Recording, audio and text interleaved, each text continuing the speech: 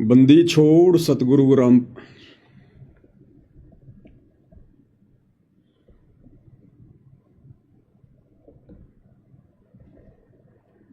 Cancel करके दोबारा कर लिया।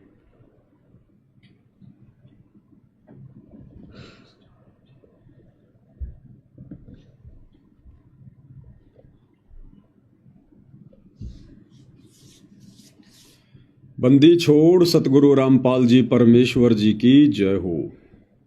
परम पिता परमात्मा सारी सृष्टि के रचनहार कुल मालिक असंख्य ब्रह्मांडों के स्वामी जगत गुरु तीनों लोकों में प्रवेश करके सबका धारण पोषण करने वाले राजाधिराज आत्माधार नाथों के नाथ देवों के देव महादेव सर्वेश्वर महेश्वर मृत्युंजय अजरो अमर आदि अनादि सनातनी प्रभु जगत पिता जगदीश्वर श्री श्री 1008 की उपाधि के वास्तविक अधिकारी अकाल मूरत शब्द स्वरूपी राम वासुदेव सर्वगतम ब्रह्म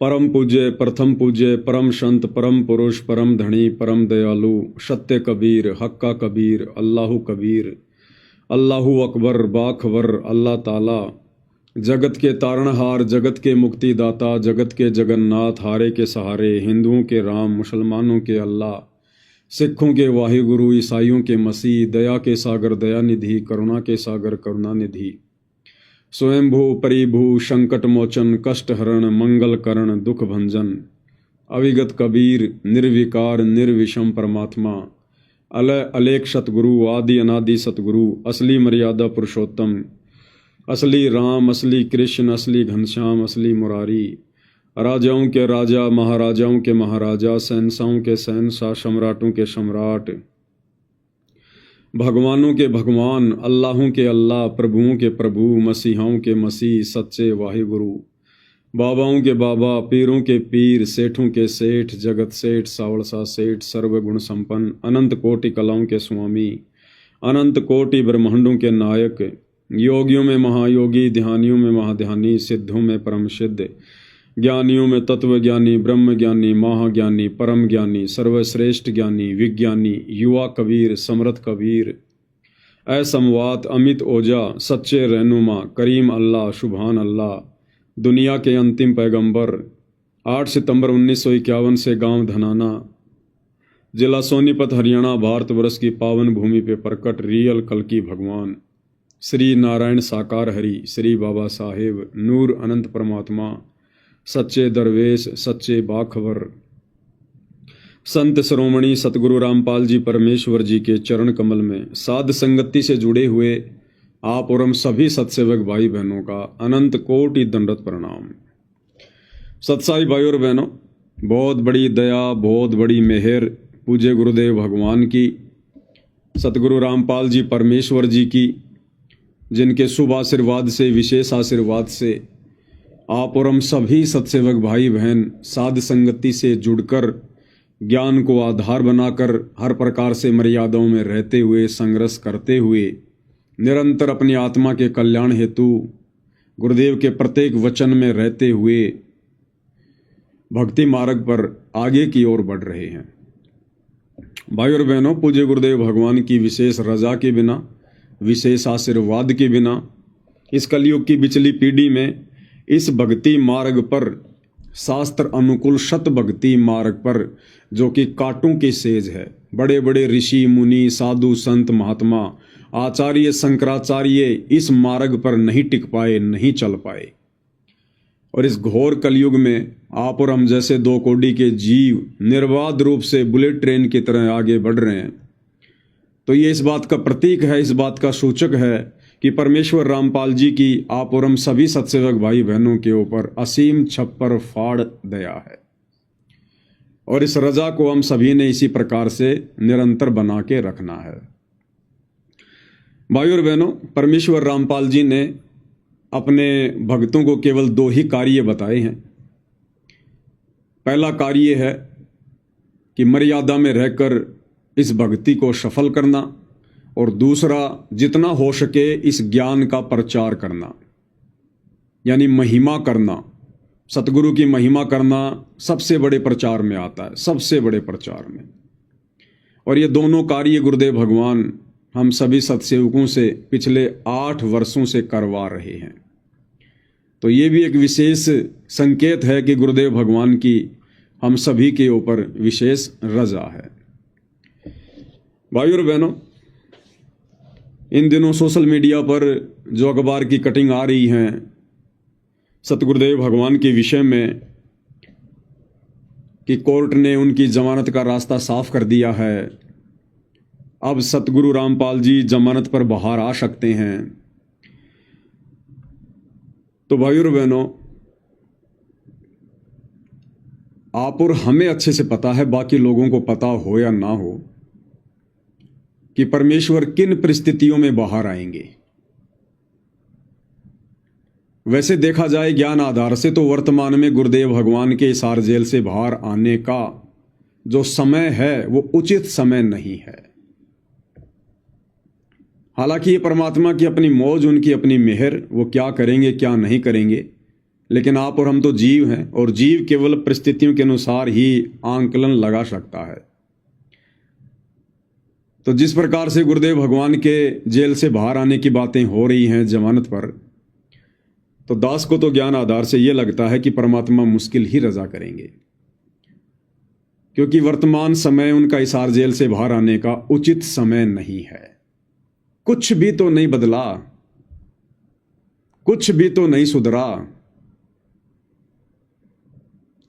अभी तो परमेश्वर जिन भक्तों की आंखें खोलने के लिए गए थे, उन भक्तों की ही ढंग से आंखें नहीं खुली हैं। कुछ भी नहीं बदला अभी, कुछ भी। तो ज्ञान आधार से तो दास को लगता है कि बड़ा मुश्किल है इस समय परमेश्वर जी का बाहर आना।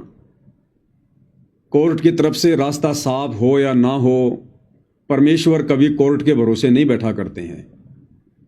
संत अपनी मर्जी के मालिक होते हैं, दुनिया उनकी गुलाम होती है। दुनिया में जज भी आ गया, वकील भी आ गया, प्रधानमंत्री भी आ गया, सब आ गए।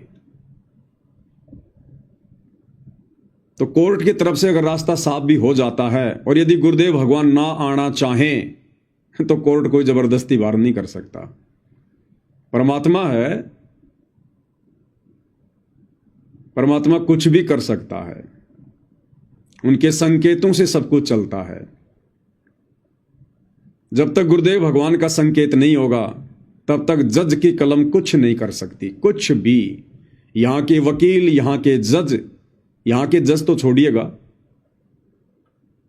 इस पूरी पृथ्वी पर ना जाने 200, 250, 300 जितने भी देश हैं, उनमें हर देश का एक संविधान है, हर देश का एक सुप्रीम कोर्ट है। तो यहां के जज तो बहुत छोटी चीज हैं। तीनों लोगों का जज धर्मराज, उसकी कलम भी परमेश्वर रामपाल जी के संकेत से चलती है। तो हम सत्सेवक भाई बहन केवल वर्तमान परिस्थितियों के अनुसार आइडिया लगा सकते हैं कि फिलहाल परमेश्वर जी का हिसार जेल से बाहर आने का उचित समय नहीं है। परमेश्वर ने तो बहुत कुछ करना है, दूध का दूध और पानी का पानी करना है। ये जबरदस्ती तो भगवान करेंगे नहीं। और अब गुरुदेव भगवान यदि बाहर आते हैं तो गुरुदेव कोई पैरोल पर तो आएंगे नहीं कि 15 दिन के लिए आ गए, 20 दिन के लिए आ गए।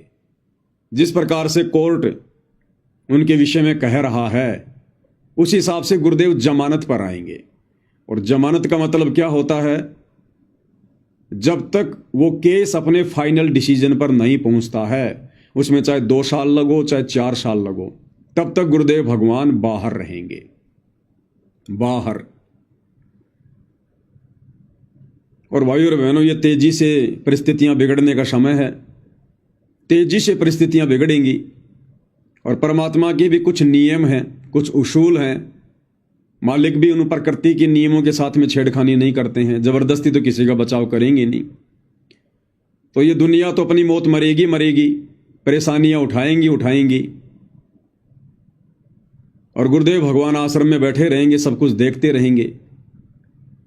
और दुनिया कहेगी तुम लोग बड़ी बड़ी डींग मारा करते थे कि हमारे गुरुजी ये कर सकते हैं, हमारे गुरुजी वो कर सकते हैं। अब तो तुम्हारे गुरुजी जेल से बाहर आ गए, अरे अब तो तुम्हारे गुरुजी आश्रम में बैठे हैं, फिर क्यों नहीं तुम्हारे गुरुजी दुनिया को रात दे रहे? क्यों ना तुम्हारे गुरुजी परिस्थितियों को बदल रहे? तो दुनिया का और अविश्वास भक्ति और भगवान पे बढ़ता चला जाएगा। दूसरी बात, सतलोक आश्रम मैनेजमेंट हरियाणा जिसको सद्बुद्धि देने के लिए, जिसको अपनी गलतियों का एहसास करवाने के लिए, जो गलतियां सतलोक आश्रम वालों ने, गुरुदेव के कलयुगी परिवार ने, उनके बेटा बेटी भाई बंधु रिश्तेदारों ने बरवाला कांड से पहले की हुई हैं, बरवाला कांड के समय की थी और बरवाला कांड के बाद तो लगातार ही कर रहे हैं। परमात्मा उनको एक मौका देना चाहते हैं कि नालायकों, मेरे हिसार जेल से बाहर आने से पहले पहले सुधर जाओ, माफी मांग लो।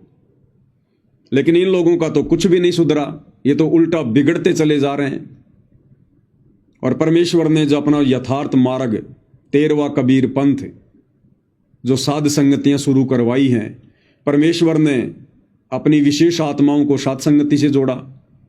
और किस प्रकार से भक्ति मार्ग पर गुरु को प्रसन्न किया जाता है, गुरु की पूजा की जाती है, कैसे हमने मर्यादा में रहकर संघर्ष करते हुए गुरु को परमात्मा मानकर, ज्ञान को आधार बनाकर, घर को आश्रम बनाकर भक्ति करनी होती है। अपने हजारों बच्चों से परमेश्वर वो भक्ति क्रिया करवा रहे हैं। अब यदि इन परिस्थितियों में गुरुदेव भगवान आ जाते हैं और यदि उनका आदेश हो जाता है सभी के लिए आश्रम में आने का, तो भाइयों और बहनों, गुड़ और गोबर एक हो जाएगा। गधे और घोड़े एक ही खूंटे से बन जाएंगे। फिर क्या निष्कर्ष निकला, क्या फायदा निकला? जो परमेश्वर ने लाखों की संगत में से अपने चंद हीरे मोती लाल छांट कर जो सात संगति से जोड़े थे, अगर उनको भी आश्रमों में जाकर वही क्रिया करनी है, घिसी पिटी 12वें पंथ की भक्ति करनी है, आदि अधूरी पतिव्रता पद की भक्ति को छोड़कर सबका जयकारा लगाना, सबको दंडवत करना, सबके जो है प्रकट दिवस मनाना, सबके बोध दिवस मनाना, फिर क्या फर्क रह जाएगा गधे और घोड़ों में? और दूसरी तरफ कोर्ट के नियम अनुसार जो जमानत मिलनी है, तो नियम भाई और बहनों आपने पढ़े ही होंगे। उन नियमों में साफ साफ कहा है कोर्ट ने कि संत रामपाल जी कुछ नियम और शर्तों के दायरे में रहकर जमानत प्राप्त कर सकते हैं। वो नियम क्या है कि संत रामपाल जी किसी भी प्रकार का धार्मिक या सामाजिक कोई भी कार्यक्रम नहीं कर सकते। संत रामपाल जी भक्तों की भीड़ इकट्ठा नहीं कर सकते। संत रामपाल जी कोई प्रवचन नहीं कर सकते, सत्संग नहीं कर सकते। अब भाइयों और बहनों, संत आता किस लिए धरती पर? परमात्मा आते किस लिए धरती पर? सत्संग करने के लिए, उपदेश देने के लिए, धर्म यज्ञ करवाने के लिए, भंडारे करवाने के लिए। और उन कार्यों के लिए हाई कोर्ट मना कर रहा है कानून के नियम अनुसार। तो परमेश्वर फिर जेल से बाहर आके क्या करेंगे? फिर जेल से बाहर आके क्या करेंगे परमेश्वर? भक्तों को बुला नहीं सकते, भक्तों को इकट्ठा नहीं कर सकते। अगर भक्तों की भीड़ इकट्ठा कर ली और किसी ने सूचना दे दी तो कोर्ट उनकी जमानत फिर से रद्द कर देगा। धार्मिक भंडारे कर नहीं सकते, सत्संग कर नहीं सकते।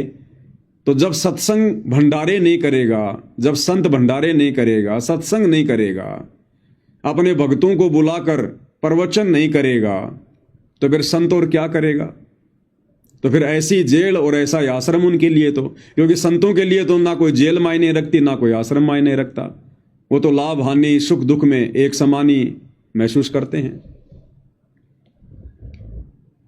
तो भाई और बहनों, इन वर्तमान सभी परिस्थितियों को मद्देनजर रखते हुए दास को तो यही समझ में आ रहा है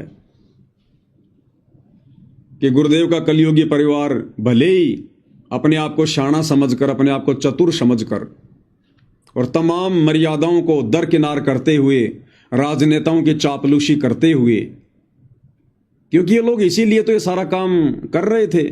मुख्यमंत्री की रैलियों में भक्तों को भेजना, हरियाणा रोडवेज की बसों में भक्तों को भर भर के जैसा बीजेपी सरकार ने कहा वहां भक्तों को भेजना, ये चापलूसी इसलिए तो की जा रही थी कि हमारे गुरुजी को बीजेपी सरकार जमानत दिलवा दे। तो भाई और बहनों, किसी भी सरकार के रहमो करम पर दास को नहीं लगता कि हमारे भगवान जमानत पर आएंगे। अगर आ गए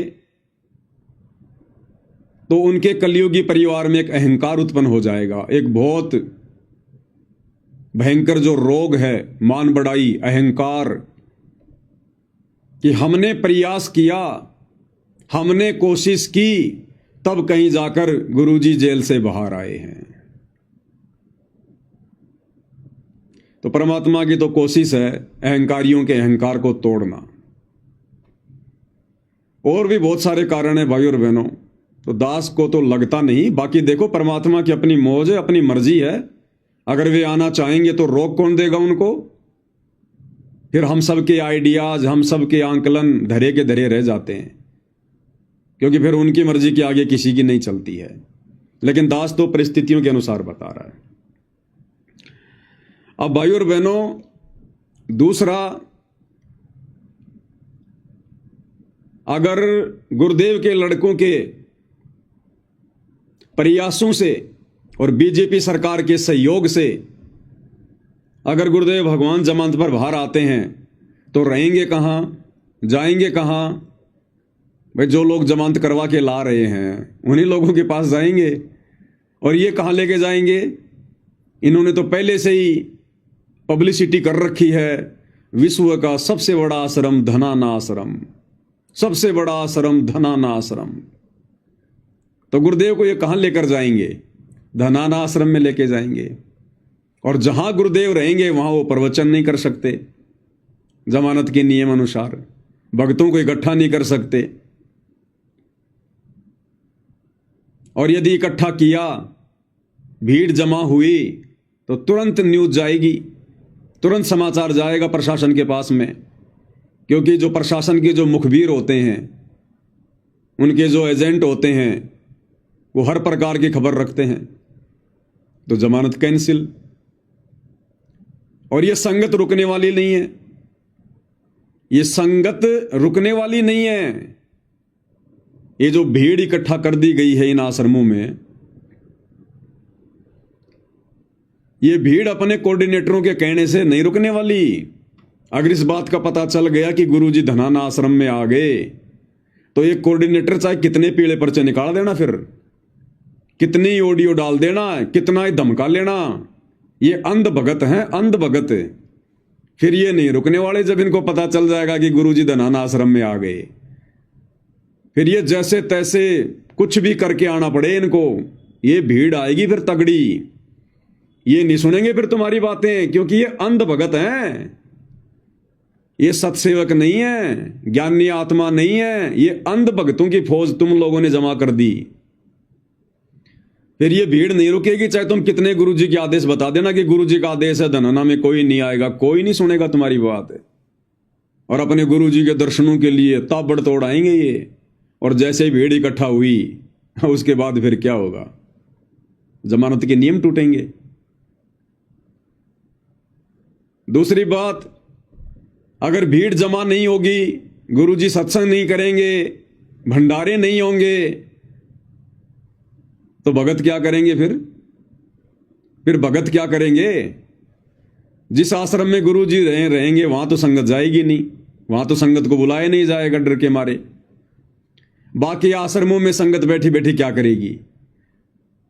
संगत का दिमाग तो रहेगा धनाना आश्रम में या जहां भी गुरुदेव भगवान रहेंगे वहां पर, और शरीर रूप में बैठे रहेंगे उन दूसरे आश्रमों में। तो भाई और बहनों, पूरा सिस्टम ही खराब हो जाएगा, पूरा सिस्टम। तो दास को तो छोटी बुद्धि से यही लग रहा है कि प्रशासन चाहे कुछ भी छूट दे दे, कुछ भी राहत दे दे, कुछ भी कर दे अपनी तरफ से, जो कानून के नियम है, समय आने पर कानून तो अपना कार्य करता ही है। और बाकी ज्ञान आधार से थोड़ा सा दास को अभी लग नहीं रहा कि परमेश्वर आ सकते हैं। बाकी उनकी मौज, उनकी मर्जी भाई और बहनों। परमात्मा तो ना जाने फिर एक पल में क्या से क्या कर दें। समर्थ है धरती पर, प्रशासन को पता भी नहीं चले और भंडारे भी होते रहे, भीड़ भी आती रहे, क्योंकि है तो भगवान वही धरती पर जो 650 साल पहले था। तो काशी के भंडारे में सेवादार जमीन से 1 फुट ऊपर चल रहे थे, लेकिन किसी का ध्यान नहीं गया। सतलोक से पानी की धारा आ रही थी, किसी का ध्यान नहीं गया। तो है तो वही कबीर भगवान धरती पर। चाहे लाखों की भीड़ आ जाओ गुरुदेव भगवान के पास में, परमात्मा अगर नहीं चाहेंगे तो किसी को पता नहीं चलेगा। प्रशासन को तो 10-50 भगत ही दिखाई देंगे और वहां पर मेला लगा होगा। ये तो समर्थ की अपनी मौज है भाई और बहनों, इसके विषय में तो हम कुछ कह नहीं सकते। लेकिन वर्तमान परिस्थितियों को देखते हुए, क्योंकि परमेश्वर अपने भक्तों की छटनी करने के लिए गए थे जेल में, किसी प्रशासन के दबाव में नहीं गए। वो तो एक कारण बनता है, एक कारण बनता है, बाकी रियलिटी तो आप और हमें पता है। और छटनी अभी हुई नहीं भाई और बहनों, छटनी अभी हुई नहीं, भक्तों की सोच में बदलाव अभी आया नहीं। जितना मूर्ख गुरुदेव भगवान छोड़कर गए थे, उससे भी 4 कदम आगे मूर्खता की हद पार करके बैठे हैं, हद पार करके। खैर भाई और बहनों, तो परमेश्वर की अपनी मौज है, सबको समय का इंतजार है, क्या होगा क्या नहीं होगा। लेकिन इन सभी बातों के बीच में हम सब भगत भाई बहनों ने अपने परमेश्वर की महिमा करना नहीं भूलना है। ये तो चलता रहेगा भाई और बहनों, 21 ब्रह्मांड का रूल ही ऐसा है, ये प्रक्रियाएं ऐसी हैं, ये चलती रहेंगी, कोई बड़ी बात नहीं है। हमने तो अपने गुरुदेव भगवान की उसी प्रकार से महिमा करते रहना है जिस प्रकार से हम पिछले 8-10 वर्षों से करते रहे हैं। और हम भगत भाई बहनों ने क्या करना है क्या नहीं करना है वो आप लोगों को वीडियो के माध्यम से समझा दिया गया है। अंत में हमने इस ज्ञान मार्ग पर, ज्ञान को आधार बनाकर ही भक्ति मार्ग पर आगे बढ़ना होगा। तो परमेश्वर की महिमा में आज हम आगे बढ़ते हैं। और जैसा कि बार बार आप भाई बहनों को बताया जाता है, और ये बार बार बताना बहुत ही जरूरी है भाई और बहनों, क्योंकि युगों युगों से हम जो गलती करते आ रहे हैं, हम फिर से उस गलती को ना दोहरा दें, फिर से हम अपने जन्म ना बढ़ा लें, अपने परमेश्वर को दुखी ना कर दें। उसके लिए हमने बारंबार उन पिछली गलतियों को दोहराना शिक्षात्मक रूप से बहुत जरूरी है। और सबसे बड़ी गलती क्या रही हमारी युगों युगों से? हमने गुरु को परमात्मा नहीं माना, केवल अपना गुरु मानकर छोड़ दिया, एक संत मानकर छोड़ दिया, उन्हें कबीर नहीं माना, परमात्मा नहीं माना। तो ये गलती हम भाई बहन वर्तमान में नहीं दोहराएंगे बिल्कुल भी। इसीलिए गुरुदेव भगवान ने इस कलयुग की पिछली पीढ़ी में आकर हमें ये सत उपदेश दिया है, हमें ये तत्व ज्ञान दिया है, हमें झेरे कुएं से निकालकर परमेश्वर ने अमृत पिलाया है। तो भला अब हम इस अमृत को कैसे बर्बाद होने देंगे? तो परमेश्वर हमें इसी दिशा में आगे बढ़ाते हुए, अपने सत्संग के माध्यम से और अधिक दृढ़ करते हुए क्या कह रहे हैं कि योगी कौन होता है? योगी, योगी यानी भगत। आध्यात्मिक भाषा में योगी को कहते हैं भगत। और हमने सोच लिया कि योगी वो होता है जो योग क्रिया करता है, जैसे बाबा रामदेव करता है, कभी पेट को हिला देता है, कभी ऊपर को पैर कर लेता है। तो हमने सोच लिया योगी वो होता है जो योग करता है। लेकिन परमेश्वर कह रहे हैं कि योगी वो नहीं होता जो खाली योग करता है, योगी यानी भगत। और भगत हम कब बनेंगे, कैसे बनेंगे? उसके लिए गुरुदेव हमें गीता अध्याय 2 श्लोक नंबर 53 का उदाहरण दे रहे हैं कि जब तक मन में उठने वाली तरह तरह की शंकाओं का मर्दन नहीं हो जाएगा, हमारी हर प्रकार की शंकाओं का समाधान नहीं हो जाएगा, जब तक हम छोटी छोटी बातों को लेकर मन में शक और संदेह पैदा करना नहीं छोड़ देंगे, किसी के भी कहने से विचलित होना नहीं छोड़ देंगे, और जब तक हमारी बुद्धि किसी निष्कर्ष पर जाकर नहीं टिक जाएगी, तब तक तो हम योग को भी प्राप्त नहीं होते, अर्थात हम एक सच्चे भगत भी नहीं कहला सकते। भक्ति तो उसके बाद शुरू होती है। तो परमेश्वर क्या कह रहे हैं, और उसके बाद एक मानचित्र का उदाहरण देकर परमेश्वर हमें समझा रहे हैं कि भक्ति मार्ग के फैसले देखा देखी में नहीं लिए जाते, भेड़ चाल में नहीं लिए जाते, भीड़ को देखकर नहीं लिए जाते। भक्ति मार्ग के फैसले ये प्रमाण देखकर, सबूत देखकर और ज्ञान को आधार बनाकर लिए जाते हैं। तो क्या कह रहे हैं परमेश्वर, ध्यान से सुनिएगा।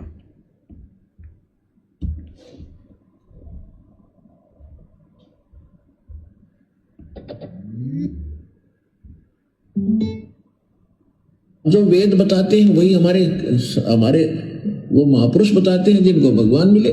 तो इस ज्ञान को सुनने के बाद फिर आप संशय रहित हो जाओगे।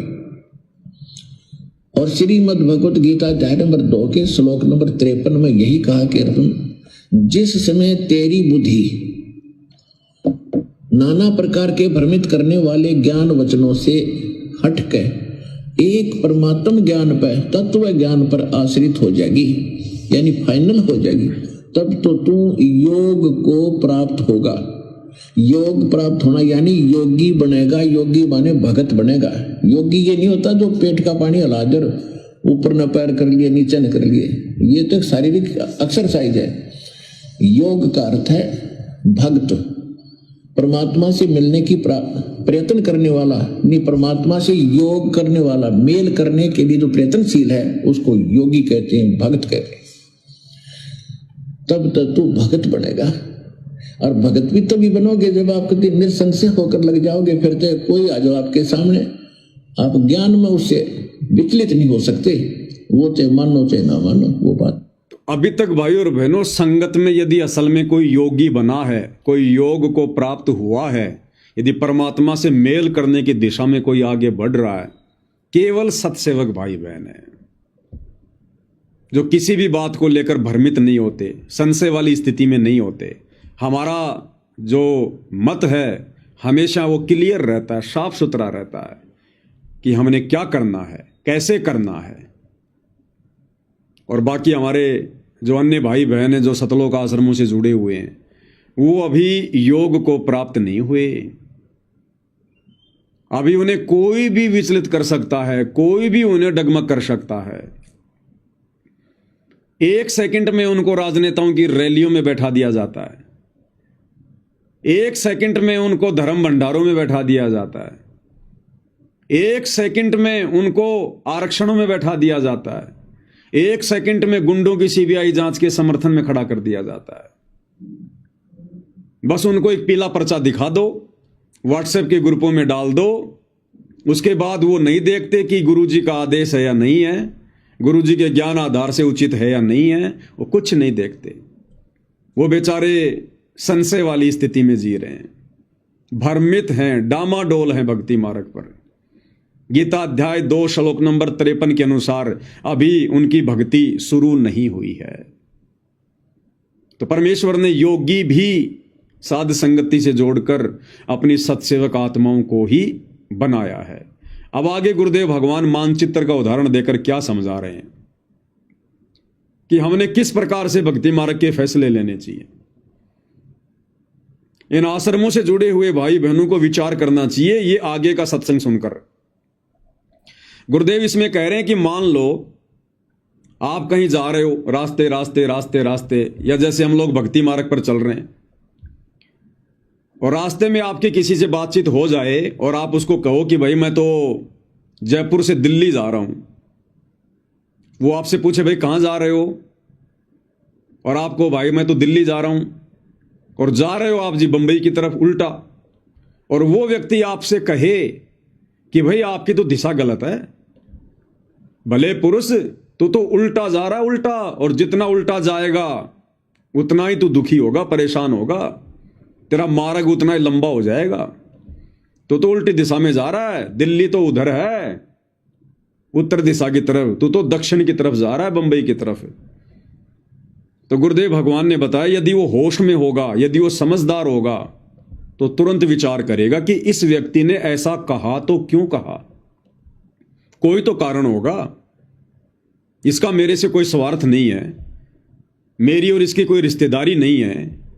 और ये व्यक्ति यदि कह रहा है कि भाई तेरी दिशा गलत है, तो गुरुदेव कह रहे कि समझदार भगत ने, समझदार व्यक्ति ने चिंतन करना चाहिए, उससे पूछना चाहिए कि भाई आपने ऐसा क्यों कहा।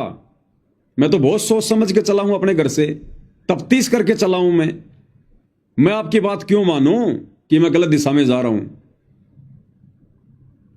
अब यदि वो व्यक्ति उसको मानचित्र दिखाकर समझाए कि भाई देख तू यहां खड़ा है, हाँ भाई यहां खड़ा हूं मैं, और देख जाना है तुझे दिल्ली, और दिल्ली तो भाई इस तरफ देखो उत्तर दिशा में है, और तू कहां जा रहा है, तू जा रहा दक्षिण में बंबई की तरफ, देखिए मानचित्र तेरे सामने। उसके बाद यदि वो व्यक्ति होश में होगा, भांग नहीं पी रखी होगी काल की, तो वो व्यक्ति चिंतन मनन करेगा कि भाई वास्तव में अब भी कोई संशय रह गया। अगले ने मानचित्र खोल के दिखा दिया, प्रमाण दे दिया कि मैं कहां खड़ा हुआ हूं और मुझे जाना किधर था और मैं जा किधर रहा हूं। उसने फिर उस व्यक्ति का धन्यवाद करना चाहिए कि आपने मेरा समय बचा दिया।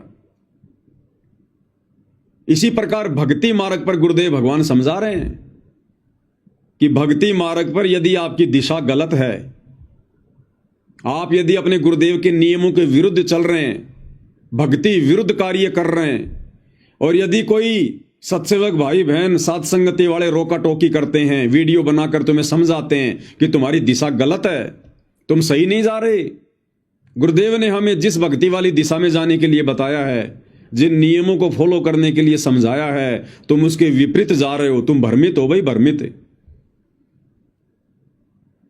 अब गुरुदेव ने बताया अगर वो समझदार भगत होगा तो तुरंत विचार करेगा और कहेगा भाई आपने ये बात क्यों कही, मेरे को तो मेरे कोऑर्डिनेटर ने यही बताया है कि गुरुजी का आदेश है, देखो पीड़ा पर्चा आ गया, हमने राजनीति करनी है, परशुराम जी की जयंती में जाना है, सिरसा अनाज मंडी कबीर जी की जयंती मनानी है, अयोध्या में भंडारा लगाना है, जाटों के आरक्षण में बैठना है, गुंडों की सीबीआई जांच में जाना है, समर्थन करना है, 5 लाख रुपए चंदे के रूप में देने हैं, जाटों की धर्मशाला बनानी है, अन्नपूर्णा योजना के तहत गांव गांव जाकर आलू प्याज टमाटर बांटना है, लोगों के मकान बनाने हैं। आप कैसे कह रहे हो, हमारे कोऑर्डिनेटर ने तो यही बताया।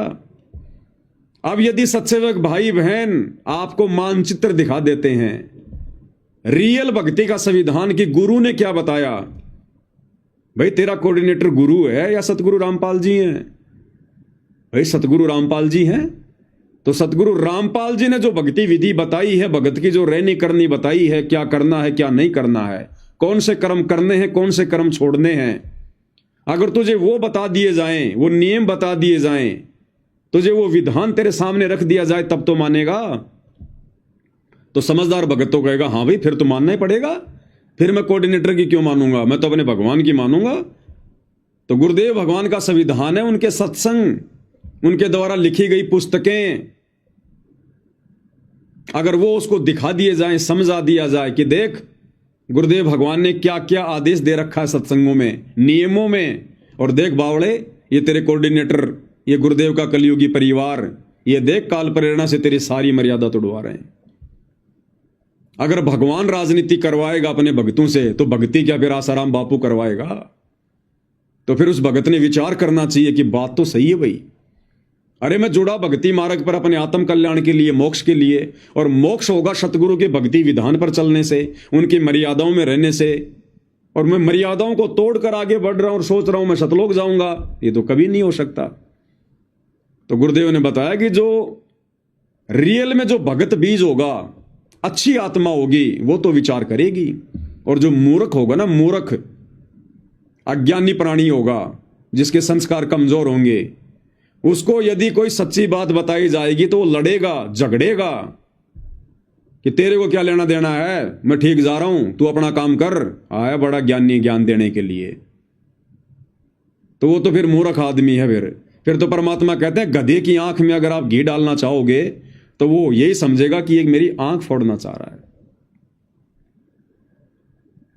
तो परमेश्वर हमें किस प्रकार से अपने सत्संगों में आदेशित करते हैं, निर्देशित करते हैं। इसलिए भाई और बहनों, गुरुदेव भगवान बार बार कहते हैं कि बच्चों आपने सत्संगों को बहुत ध्यान से सुनना चाहिए, एक एक शब्द पे विचार करना चाहिए कि गुरुदेव कह क्या रहे हैं, क्योंकि ये सामान्य सत्संग नहीं है, ये सत्यनारायण कथा है, युगों युगों से हमें अब सुनने को मिली है। सत्यनारायण कथा, सत्यनारायण हमारे गुरुदेव भगवान है, विष्णु जी नहीं है। ये त्रिलोकी विष्णु सत्यनारायण नहीं है। सत्यनारायण यानी सच्चा परमात्मा, अविनाशी परमात्मा। और सत्यनारायण कथा ये विष्णु जी की कथा नहीं है। सतगुरु रामपाल जी परमेश्वर हमें जो सत्संग सुना रहे हैं, ये है सत्यनारायण कथा, और ये बैठे हमारे सामने सच्चे सत्यनारायण भगवान। तो समझदार आत्मा तो फिर विचार करेगी। तो किस प्रकार से गुरुदेव हमें आदेशित कर रहे हैं, सुनिएगा। तो ये ज्ञान ऐसा है, आपको उस स्थिति में ला देगा कि आप डगमग नहीं हो सकते। इसके अतिरिक्त विश्व में आपको ज्ञान और भगवान दिखाई नहीं देगा, स्वप्न में भी। और तभी आप दृढ़ होगे। जब हम किसी मार्ग पर चल रहे हैं और आगे जाकर सैकड़ों रास्ते बन जाते हैं, आपके पास मैप है और आपको खूब पढ़ा रखा है, समझा रखा है कि मैप अपना रास्ता ये रहेगा, इसके बाद बहुत से रास्ते हैं वो अलग हैं, उनमें नहीं जाना। तो फिर आप कैसे मिसगाइड हो जाओगे? तो ये जो ज्ञान आपको दिया जा रहा है, सतलोक जाने का एक मैप आपके सामने रखा जा रहा है। और इस मार्ग पर आप विचलित होगे तो पता नहीं कहां जाकर रुकोगे। फिर अब तक हमारे साथ ऐसा ही बनता रहा, हम भक्ति मार्ग पर चले, रास्ते में किसी ने विचलित कर दिए, हम दिशा बदल गए और हजारों कोस दूर चले गए यथास्थान से, और फिर हम यही के यही रह गए। तब तक सवेरा हो गया, सवेरा माने मृत्यु होगी। तो अब हमने दृढ़ रहना है, इस ज्ञान को आधार बनाकर इस भक्ति रूपी सफर पर अपन चलना है। तो गुरुदेव कह रहे अब हमने दृढ़ रहना है इस भक्ति मार्ग पर, ज्ञान को आधार बनाकर। अब हमने किसी के कहने से डगमग नहीं होना, चाहे गुरुजी का लड़का हो, चाहे गुरुजी की लड़की हो, चाहे गुरुजी का भाई हो, चाहे कोई कोऑर्डिनेटर हो, कोई जी भी हो इस भक्ति मार्ग पर। अगर सत्संग हमारे समझ में आ गए, ज्ञान हमारे समझ में आ गया, मानचित्र अच्छे से भक्ति वाला समझ में आ गया, तो फिर हमें कोई विचलित नहीं कर सकता, डगमग नहीं कर सकता। हम उससे 50 सवाल पूछ लेंगे, 50, कि भैया ये राजनेताओं की रैलियों में भेजने का आदेश गुरुजी ने तुम्हें कब दिया? कब दिया गुरुदेव ने आदेश? कौन से सत्संग में कहा गुरुदेव ने? राजनीति तो गुरुजी के समय भी होती थी। गुरुजी ने तो कभी भी अपने भक्तों को मोदी की रैली में या मुख्यमंत्री की रैलियों में नहीं भेजा, परशुराम की जयंती में नहीं भेजा। गुरुजी आन उपासना छुड़वाते हैं या फिर आन उपासना करवाते हैं? गुरुजी ने तो कभी नहीं कहा कि तुम किसी गुंडे की सीबीआई जांच का समर्थन करो, गैंगस्टर की सीबीआई जांच का। गुरुजी ने तो कभी नहीं कहा कि तुम जगत वालों को जो मतलब चंदा दो। तो तुम लोग क्या करवा रहे हो हमारे से, और नाम तुम गुरुजी का ले रहे हो। तो गुरुजी ने कब कहा, कब आदेश दिया, कौन से सत्संग में दिया? जरा वो सत्संग तो दिखाओ, उस पुस्तक में तो लिखा हुआ दिखाओ। तो भाई हम तुम्हारी बात क्यों माने? हम तो गुरु की बात मानेंगे, तब हमारा मोक्ष होगा। लेकिन इतना बुद्धि विवेक तो भाई और बहनों वर्तमान में इस काल ने संगत में छोड़ा ही नहीं। इतने सवाल जवाब करने की हिम्मत काल ने छोड़ी नहीं। भक्तों के घुटनों का पानी निकल चुका है। देखा देखी भेड़ चाल, तो बताओ फिर कैसे सफलता प्राप्त करेंगे? अरे हमने निष्कर्ष निकालना चाहिए, क्योंकि ये परीक्षा का समय चल रहा है। हमने हर प्रकार से एक एक कदम फूक फूक के रखना चाहिए, मंथन करना चाहिए। वैसे भी आम समाज में एक समझदार व्यक्ति होता है ना, और उसको यदि कोई बात पूछी जाती है वो भी तुरंत जवाब नहीं देता। समझदार व्यक्ति क्या करेगा? ठीक है भाई, थोड़ा सा मेरे को समय दो, 1-2 दिन का, सोच समझ के फिर मैं बताऊंगा। जगत वाले भी इतना बुद्धि विवेक से चलते हैं, और हम भगत होकर हमें आश्रम में बुला लिया गया कि गुरुजी के दर्शन होंगे, गुरुजी लाइव दर्शन देंगे, आ जाओ आ जाओ आ जाओ। दौड़ लियो भगत। चलो वो तो ठीक है भाई, गुरुजी दर्शन दे रहे हैं, बहुत अच्छी बात है, दौड़ लिए, आ गए आश्रम में। रात के 12 बजे फिर तुम्हारे को हरियाणा रोडवेज की बसों में बैठाया जा रहा है कि बैठो बैठो बैठो, और कोई सवाल जवाब ही नहीं कर रहा। भाई कहां ले जा रहे हो? अरे कहां ले जाके पटकोगे, कहां ले जाके छोड़ोगे, ये तो बता दो। नहीं नहीं नहीं, चलो चलो बाद में बताएंगे, गुरुजी का आदेश है, गुरुजी का आदेश है, सेवा सेवा सेवा। अरे भाई कौन सी सेवा, कैसी सेवा? आश्रम के बाहर कौन सी सेवा आ गई? जब तक वो क्लियर नहीं करते तब तक आप लोगों ने बैठना नहीं चाहिए था उन बसों में। लेकिन भेड़ चाल है भाई और बहनों। भेड़ों को यदि कोई ट्रक में डालता तो भेड़े सवाल जवाब नहीं करती हैं, वो तो एक दूसरे के ऊपर सेट हो जाती हैं। अब भाई और बहनों, ज्ञान आधार से यदि हम निष्कर्ष निकालें तो निष्कर्ष भी गुरुदेव के सत्संगों को आधार बनाकर ही निकाला जाएगा, दूसरा कोई तरीका नहीं है, क्योंकि ये ज्ञान मार्ग है। अब गुरुदेव भगवान हमें क्या बता रहे हैं, निष्कर्ष कैसे निकलता है, सत्संगों को कैसे आधार बनाया जाता है। अब ये सत्संग है पूज्य गुरुदेव भगवान का। अब गुरुदेव भगवान हमें गीता जी के कुछ श्लोक पढ़ा रहे हैं। अब मात्र ये श्लोक नहीं है, गुरुदेव केवल हमारे को श्लोक ही नहीं समझा रहे, बैकग्राउंड में ना जाने कितनी शिक्षाएं हैं। इस पॉइंट को आधार बनाकर जो गुरुदेव समझा रहे हैं, हम कहां अपना बचाव कर सकते हैं। इसमें गुरुदेव भगवान हमें गीता अध्याय 8 श्लोक नंबर 17 का हवाला दे रहे हैं, गीता जी को दिखाकर। और इसमें गीता ज्ञानदाता कह रहा है कि मुझे प्राप्त होकर फिर कभी प्राणी का जन्म और मरण नहीं होता। कौन कह रहा है? ब्रह्म गीता ज्ञानदाता काल, कि अर्जुन मुझे प्राप्त होकर, यानी मुझ ब्रह्म को प्राप्त होकर, जो मैं ब्रह्म लोक में रहता हूं, मेरा ओम नाम है, मुझको प्राप्त होकर ये प्राणी फिर कभी जन्म और मरण में नहीं आता। गीता अध्याय 8 श्लोक नंबर 17। अब गुरुदेव भगवान क्या कह रहे हैं कि बच्चों, इन गीता अनुवादकों को गीता जी का अनुवाद करना नहीं आया, और जहां जहां इस काल ने बकवाद करी है, इन लोगों को ना तो समझ में आई, फिर दूसरों को यह समझा कैसे सकते थे। अगर इस ब्रह्म की इस बात को हम सत्य मान लें, गीता अध्याय 8 श्लोक नंबर 17 को, कि अर्जुन मुझको प्राप्त होने के बाद, अब ब्रह्म को कैसे प्राप्त होंगे? जब विधि विधान अनुसार इसकी ओम नाम की साधना करेंगे, और जो मर्यादा है वो मर्यादा में रहेंगे, तो इसके ब्रह्मलोक में जाएंगे। ब्रह्मलोक में ये काल रहता है, तो हम इसको ब्रह्म को प्राप्त हो जाएंगे। तो अगर गीता अध्याय 8 श्लोक 17 के अनुसार अगर इस काल की इस बात को हम सत्य माने कि मुझको प्राप्त होने के बाद में ये प्राणी कभी जन्म मरण में नहीं आता, तो फिर गुरुदेव भगवान कह रहे हैं फिर तो भैया वो गीता का अध्याय 4 श्लोक 5 और 9, 12 का 2, 10 का 2, फिर तो वो 4 श्लोक फेल हो जाएंगे।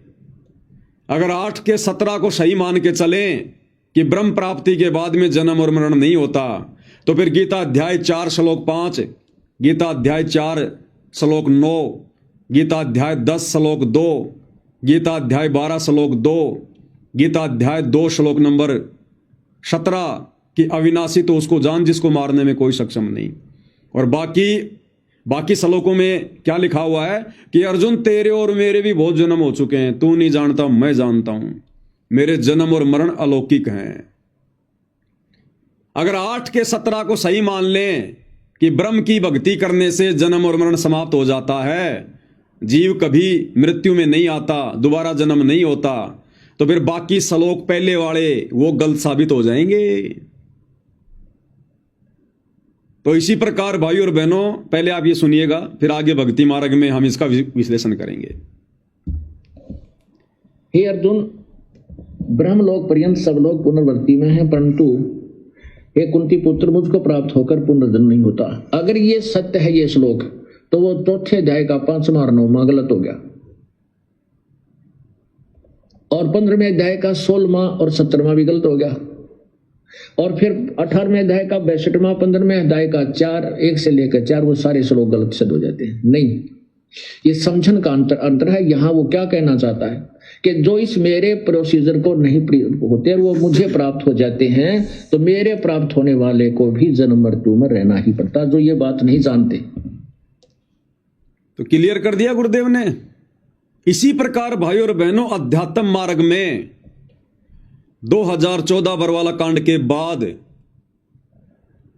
गुरुदेव भगवान के कलयुगी परिवार ने, इन कोऑर्डिनेटरों ने भगत समाज से जो जो मर्यादा विरुद्ध ये कर्म करवाए हैं, और आदेश किसका बताया? गुरुदेव का, भगवान का, परमात्मा का, कि गुरु जी का आदेश है, हमने 2019 में कांग्रेस सरकार को फुल समर्थन करना है, कांग्रेस सरकार को जिताना है, बीजेपी को हराना है। 2024 में इन्होंने गुरु जी का नाम लेकर नया आदेश निकाल दिया कि अब हमने कांग्रेस को छोड़कर बीजेपी को जिताना है, बीजेपी का फुल सपोर्ट करना है, और जो व्यक्ति बीजेपी को वोट नहीं देगा उसकी आश्रमों में नो एंट्री, उसको गुरुद्रोही घोषित कर दिया जाएगा। हमने राजस्थान के गैंगस्टर आनंदपाल सिंह को शहीद का दर्जा दिलवाने के लिए राजपूत करणी सेना के साथ मिलकर रैलियां निकालनी है, धरने प्रदर्शन करने हैं और राजपूत करणी सेना को चंदे के रूप में पैसा देना है। गुरुजी का आदेश है। हमने हरियाणा के जाट आरक्षण में जाट भाइयों का समर्थन करना है, उनके धरनों पर जाकर बैठना है और चंदे के रूप में आरक्षण संघर्ष समिति को पैसा देना है। हमने आन उपासकों के लिए अयोध्या में जाकर भंडारा लगाना है। हरियाणा के गोहाना के सोनीपत में जाट धर्मशाला का 5वां फ्लोर बनाना है। गुरुजी का आदेश है, 1 करोड़ रुपया लगेगा। परशुराम की जयंती में जाना है, जो कि आन उपासना के अंतर्गत आती है। कबीर जयंती में जाना है, सिरसा अनाज मंडी, जो कि आन उपासना के अंतर्गत आती है। हमने गांव गांव जाकर लोगों को राशन बांटना है, उनके मकान बनाने हैं, जो कि परमेश्वर के विधान के खिलाफ है। अगर 2014 बरवाला कांड के बाद गुरुदेव के कलयुगी परिवार के द्वारा यानी कोऑर्डिनेटरों के द्वारा गुरुदेव भगवान का आदेश बताकर पीले पर्चे निकालकर जिस प्रकार से संगत से मर्यादाएं तुड़वाई गई हैं, ये आदेश संगत को बताए गए हैं। यदि भाइयों और बहनों हम इन तमाम आदेशों को यदि गुरुदेव भगवान का आदेश माने तो भाइयों और बहनों फिर 2014 बरवाला कांड से पहले गुरुदेव भगवान ने हमें जितना भी ज्ञान दिया, जितना भी भक्ति विधान बताया, जितने भी नियम बताए, फिर भाइयों और बहनों सारे गलत सिद्ध हो जाते हैं, गलत साबित हो जाते हैं। अगर गुरुदेव के परिवार के द्वारा बताए गए भक्ति विरुद्ध बातों को गुरुजी का आदेश माना जाए तो 2014 बरवाला कांड से पहले गुरुदेव ने दिन रात एक कर दिए हमें भक्ति विधान समझाने के लिए, सत्संग करने के लिए। फिर वो सारे सत्संग फेल हो जाते हैं भाई, क्योंकि गुरुजी का भक्ति विधान कहता है कि बच्चों हमने गेम नहीं खेलना, गेम खेलने में किसी का सहयोग भी नहीं करना हमने। और गुरुदेव के परिवार ने धनाना गांव में बैडमिंटन का स्टेडियम बना दिया। तो किसका विधान सही, किसका विधान गलत? फिर तो गुरुदेव भगवान दोगले हो गए। 2014 से पहले तो वो क्या बताया करते थे और इन लोगों के अनुसार फिर 2014 के बाद जेल में जाकर वो क्या आदेश दे रहे हैं। हरियाणा के जाट आरक्षण में भक्तों को जाकर बैठा दिया कि गुरुजी का आदेश, जबकि 2014 बरवाला कांड से पहले गुरुजी ने क्या बताया, एक बार गुरुदेव के मुख कमल से सुन लेते हैं। गुरुदेव भगवान कहते हैं, दुनिया से ती दोस्ती पड़े भजन में भंग, एकाएकी राम से या साधु के संग। कबीरा दुनिया से ती दोस्ती होए भजन में भंगे, एकाएकी राम से कै साधु के संगे। बिना सत्संगी के पास बैठने में भी आपको पाप लगेगा, आपका भजन भंग हो सकता है। तो इसलिए बताया, या तो अपने सत्संगी द्वारा जा बैठे या फिर अपना नाम पर लगा रहे। अगर आप किसी दूसरे के पास बैठोगे हुक्का पाड़ पे तो जान देने का लो पी लो मेरे यार, तो उन्होंने कहेगा ना मन तो छोड़ दिया। क्यों क्या हो गया भाई, नाम ले लिया ओ तुरे सोचू खा कर बिल्ली नो का आज करण चाली, यानी 36 ताने मारेगा और फिर नो कहेगा भाई काल न तो दरवट्टी भी छुटवाओगे तेरी, यो आ रहा है सत्संग देखा। तो आपके मन में विक्षेप हो सकता है, 1 दिन में 2 दिन में 3 दिन में तो जरूर अपना रंग वो चढ़ा कर मानेगा। इस करके उड़ा बैठे ही नहीं उस दौरा और अपना सत्साहिब कर उठ कर चलता बना। कोई प्रेमी दौरा बैठे, प्रेमी नहीं है तो अपनी कैसेट ला ले, कैसेट भी नहीं है तो अपना नाम सुमन लाग जा, खेत में चला जा, घूमे जा, भजन करें जा, अपना डोला पा हंडे जा, वैसे बैठ कर ले जा डेके में धूप में कोठड़े का गए अपनी चारपाई ना कर।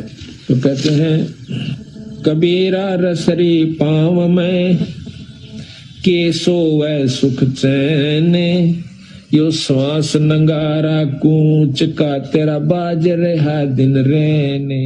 तो अगर बरवाला कांड के बाद में सतलोक आश्रम मैनेजमेंट हरियाणा के द्वारा गुरुजी का यह आदेश बताकर हमें हरियाणा के जाट आरक्षण में जाकर बैठने का, उनका समर्थन करने का, उनको चंदा देने का आदेश यदि हिसार जेल से था गुरुदेव का, तो भाई और बहनों फिर ये सत्संग फेल हो जाते हैं गुरुदेव भगवान के। फिर परमात्मा का सत्संग रूपी विधान फेल हो जाता है। 2014 बरवाला कांड के बाद इन लोगों ने गुरुदेव भगवान का आदेश बताकर कभी कांग्रेस का समर्थन करवा दिया, कभी बीजेपी का समर्थन करवा दिया। और गुरुदेव भगवान ने 2014 बरवाला कांड से पहले अपने प्रवचनों में राजनीति के विषय में क्या बताया कि भगत के लिए राजनीति कितनी खतरनाक है। एक बार गुरुदेव के मुख कमल से सुन लीजिएगा। इस दास के सामने भी आके एक आधा बोला जो ज्ञान को नहीं परिचित है, वो कहता जी मैं सरपंच का इलेक्शन लड़ लूं, सारा गांव को है तू उठ ले। अरे भले आदमी, इंद्र की पदवी छोड़ के टिंडे ले लिए, ईपीपी इधर बैठेगा सरपंच की, उसमें के काट लेगा तू, अपना पीछा छुटा यहां तक क्यों करेगा, मिनिस्टर बनेगा तू। कहने का भाव ये, अगर भक्ति करनी है तो ये बकवास त्यागनी होगी। अगर भक्ति करनी है तो ये राजनीति वाली बकवास त्यागनी पड़ेगी। ना राजनीति करनी, ना राजनीति में किसी का सहयोग करना। अगर गुरुदेव ने हमें शराब पीने से मना किया तो हम किसी को शराब पिलाने में सहयोग भी नहीं कर सकते। अगर गुरुदेव ने हमें मांस खाने से मना किया तो किसी को मांस खिलाने में और लाने में बनाने में सहयोग भी नहीं कर सकते। अगर गुरुदेव ने हमें बीड़ी सिगरेट पान मसाला खाने से मना किया है, हम किसी को लाकर भी नहीं दे सकते, माचिस भी नहीं दे सकते। इसी प्रकार यदि गुरुदेव ने हमें राजनीति करने से मना किया है तो फिर हमने राजनीति करने में किसी का सहयोग भी नहीं देना, किसी का समर्थन भी नहीं करना। फिर वो महापाप हो जाएगा, महापाप। तो बताओ भाई और बहनों, फिर किसका आदेश माने। और ये पीला पर्चा निकाल दिया गया 29/10/2020 को। सभी भक्तात्माओं से प्रार्थना है कि सतगुरुदेव जी का आदेश आया कि बीजेपी को वोट देना है। अगर बीजेपी को वोट नहीं डाले तो उनकी कोई माफी नहीं होगी, उनका नाम शुद्ध नहीं होगा। और गुरुजी कह रहे हैं अगर तुमने राजनीति कर ली, सहयोग कर दिया, तो नालायक को तुम्हारा नाम शुद्ध नहीं होगा। तो भाई और बहनों, यह समाधान हमने गुरुदेव के सत्संगों में निकालना पड़ेगा। तो जिस प्रकार से इन ज्ञानहीन लोगों ने गीता जी को ना समझकर उसका उल्टा अनुवाद करके भगत समाज को उलझा दिया है, उसी प्रकार से इन कोऑर्डिनेटरों ने सतगुरु रामपाल जी परिवार के, सतगुरु रामपाल जी परमेश्वर जी के कलयुगी परिवार वालों ने इस ज्ञान का अज्ञान करके अपना मनमाना आचरण लागू करके इन्होंने भगत समाज को उलझा दिया है। काल प्रेरणा से धीरे धीरे ज्ञान का ज्ञान करने में लगे हुए हैं। इसलिए परमेश्वर ने हमें यह तत्व ज्ञान युक्त सत्संग दिए कि बच्चों ये सत्संग तुम्हारे लिए टॉर्च का काम करेंगे, टॉर्च का काम। इस ज्ञान की रोशनी में तुमने स्वयं निर्णय करना है, नीर खीर का निबेरा करना है कि हमने गुरुदेव के द्वारा दिखाए गए मार्ग पर चलना है या काल प्रेरणा से गुरुदेव के कलयुगी परिवार के द्वारा हमें जो कुमार्ग दिखाया जा रहा है हमने उसके ऊपर चलना है। तो इस प्रकार से भाई और बहनों हमने सत्संगों का निष्कर्ष निकालना पड़ता है। अब यह संगत भाई और बहनों भ्रमित हुई कैसे? कारण एक ही है, ज्ञान को अच्छे से ना समझना। सत्संग को सुन के उसके ऊपर चिंतन मनन ना करना, यह सबसे बड़ी कमजोरी रही हमारी। तो गुरुदेव भगवान हमें क्या समझा रहे हैं एक सत्संग के माध्यम से? ठीक उसी प्रकार वर्तमान में यह लाखों की संगत भ्रमित हो चुकी है। जिस प्रकार से श्री ब्रह्मा जी की उस क्रिया को देखकर उसके वंशज भ्रमित हो गए, ब्राह्मण भ्रमित हो गए, और फिर उन ब्राह्मणों को देखकर बाकी समाज भ्रमित हो गया। उसी प्रकार आज वर्तमान में गुरुदेव के कलयुगी परिवार को देखकर कोऑर्डिनेटर भ्रमित हो गए, और फिर इन कोऑर्डिनेटरों को देखकर बाकी संगत भ्रमित हो गई। अब गुरुदेव भगवान हमें क्या समझा रहे हैं सत्संग में? इस सत्संग में गुरुदेव भगवान हमें कह रहे हैं कि जब ब्रह्मा जी उत्पन्न हुआ कमल के फूल पर, उसके बाद समुद्र मंथन में ब्रह्मा जी को चारों वेद दिए गए। ब्रह्मा जी ने चारों वेदों को पढ़ा, और चारों वेदों को पढ़कर ब्रह्मा जी ने एक ओम मंत्र सेलेक्ट कर लिया। बिल्कुल सही था, क्योंकि वेदों के अनुसार ओम मंत्र ही सत्य है। वेदों में केवल काल तक की साधना का वर्णन है, ओम नाम ही है। अब इस ब्रह्मा जी ने ओम नाम तो ले लिया वेदों से, और उसके बाद इसको आकाशवाणी हुई काल की कि तप करो तप करो, तपो तपो कर वाक्य सुनाया, लोक रचो बल मेरी माया। अब यहां ब्रह्मा जी फेल हो गया, यहां ब्रह्मा जी कंफ्यूज हो गया, और ब्रह्मा जी ने उस आकाशवाणी को परमात्मा की आकाशवाणी समझकर तप भी करना शुरू कर दिया, जबकि परमात्मा का विधान तो वेदों में है। तो ब्रह्मा जी ने वेदों के अनुसार तो ओम नाम की साधना शुरू कर दी, और उस आकाशवाणी को परमात्मा की आकाशवाणी मानकर, जो काल की आकाशवाणी थी, वेदों के विरुद्ध उसने तप करना शुरू कर दिया, क्योंकि तप करना वेदों में कहीं नहीं लिखा हुआ। अब ब्रह्मा जी की इस क्रिया को देखकर उसके वंशजों ने, मनु आदि ने यही प्रक्रिया करनी शुरू कर दी, और उन ब्राह्मणों को देखकर फिर आम समाज के लोगों ने शुरू कर दी। अब यही हालत वर्तमान में परमेश्वर रामपाल जी की सतलोक आश्रमों से जुड़ी हुई संगत की हो गई।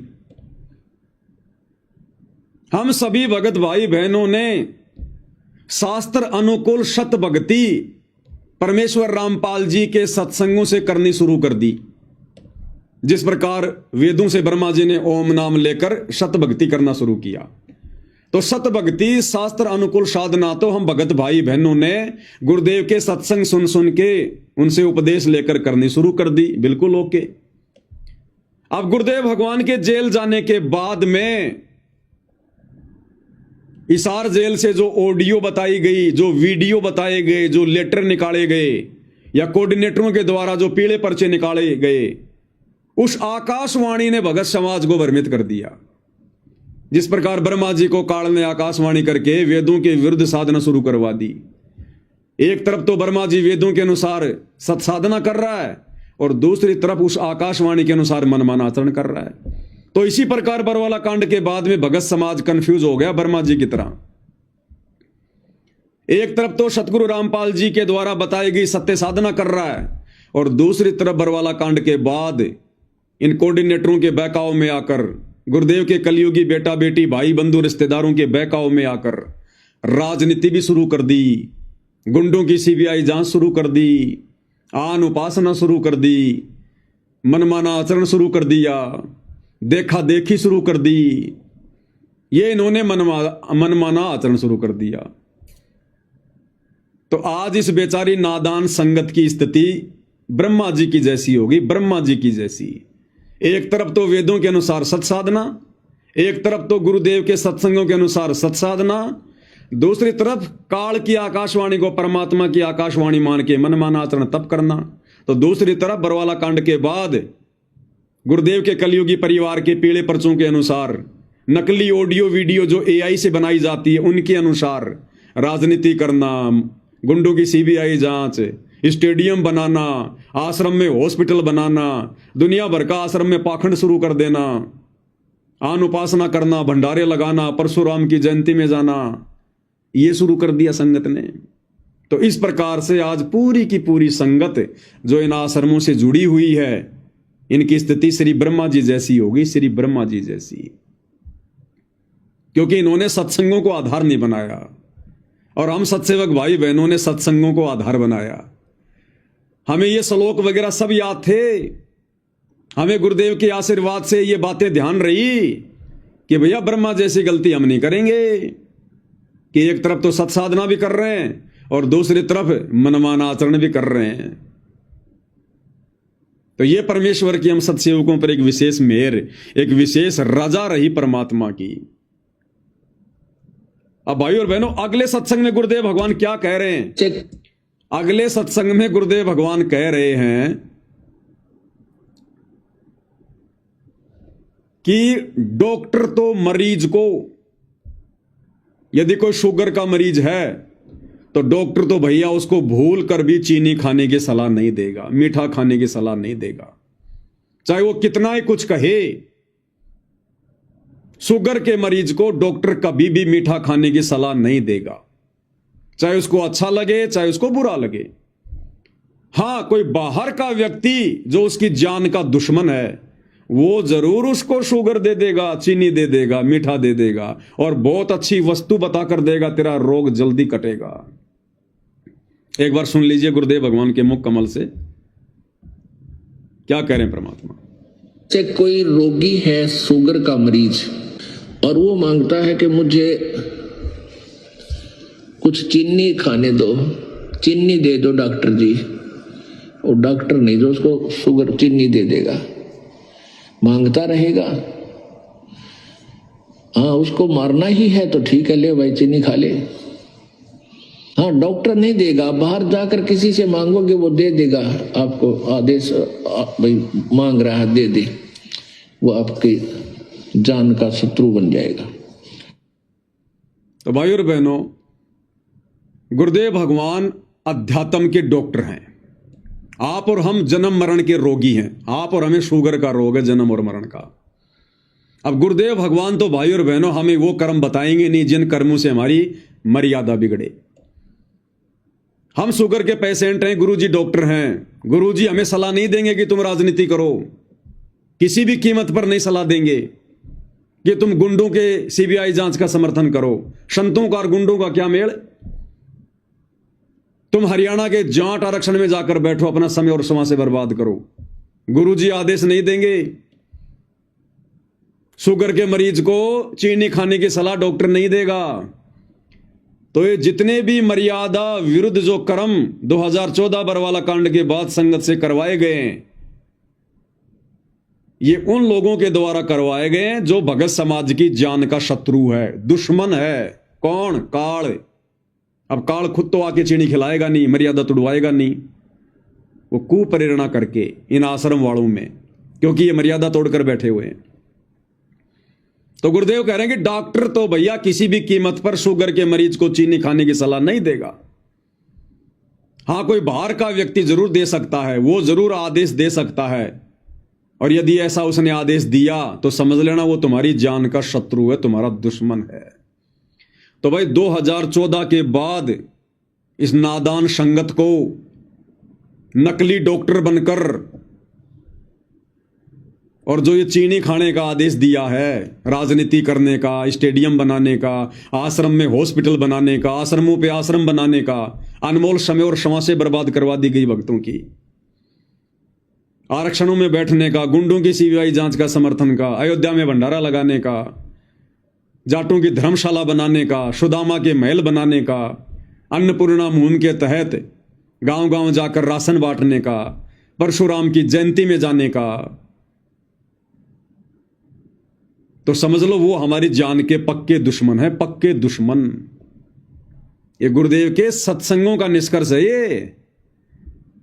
ये सत्संग परमात्मा ने मनोरंजन के लिए नहीं किए। परम संत के सत्संग यानी एक तीर से कई निशाने होते हैं, कई निशाने। परमात्मा कथा क्या कह रहे हैं और उसके माध्यम से समझाना क्या चाहते हैं। तो संगत ने सत्संगों को आधार नहीं बनाया। ये तत्वदर्शी संत के सत्संग हैं। ये प्रेमानंद जी की मीठी मीठी बातें नहीं है, राधे राधे नहीं है।